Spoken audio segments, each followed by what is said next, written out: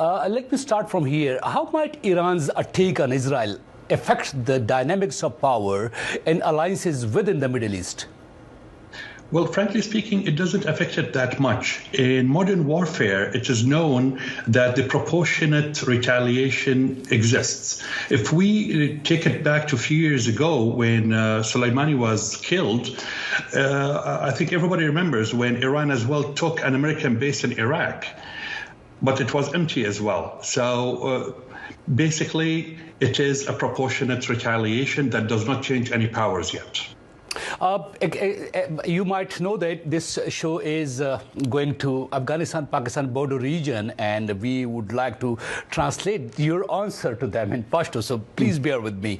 Dr. Khuzaie sab nama tapuz da ko chera tasu safikir kawai che da hamla chi da علاقائی اتحادونه یا الائنسز چې دی په منځني ختیځ کې څومره غټ فرق پدې حملې نرسو کې دي شنو هغه ول چې د دمر نویني دا فکر دی نه کوي او داغه مثال هم ورکو چې دینه مخکې چې کلا امریکا قاسم سلیمانی وجلې وو د هغه په جواب کې د حمله کړې و په عراق کې او دا سينور نو د ریټیلیشن پروپورشن یا د جوابي حمله امکانات هر وخت موجود وي خو په لوی کچا په منځني ختیځ کې په اتحادونو باندې د دې اثر نه ملي. Dr. Khuzaie, what are the potential consequences for neighboring countries and regional stability? Now, the region has not been stable for a long time now. This is just adding fuel to the fire. Today, we have two scenarios ahead of us. One is that Israel will retaliate again, and then this could escalate to something else. Or what I'm suspecting, I could be wrong, is that this is going to be it. And from there, Israel will de-escalate the situation and then defuse the whole issue. And then we'll go back to talk about Gaza mainly.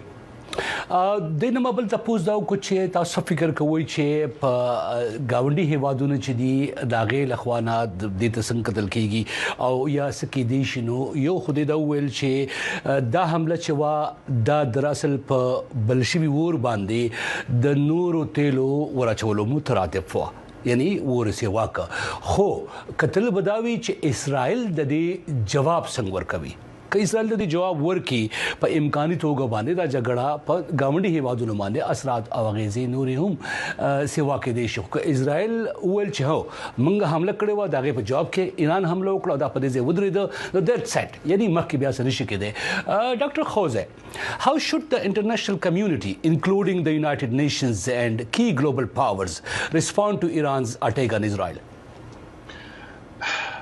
Fighting fire with fire proved to be always wrong, especially when it comes to Iran and the RGC that are not backing down, especially through their proxies. The best way to take it down today is by firmly sitting down on a table, and here we're talking about the United Nations, and lay down all the consequences for all parties. Taking it further, one step ahead will only escalate to another big war, which is something nobody wants, nobody needs, including Iran itself. My next question is connected to that one, so I will translate that later on. What role should diplomacy play in de-escalating tensions and preventing further violence, do you think? The whole issue with Iran, unfortunately, is that nobody is able to bind them to a contract. Nobody is able to back them down. That has proven to be only done by power in the previous years. Today, Iran wants to have its economy back. Today, Iran wants to be enabled. And we have all seen what small enablement could do to the Middle East. Iran should be put to its place. Diplomacy could play a major part in pressuring them, but and this is a really tough question. Taking it further to a war will only include everybody in the Middle East, and that's something nobody wants. And Iran knows that. They are very smart. Hence, a big pressure.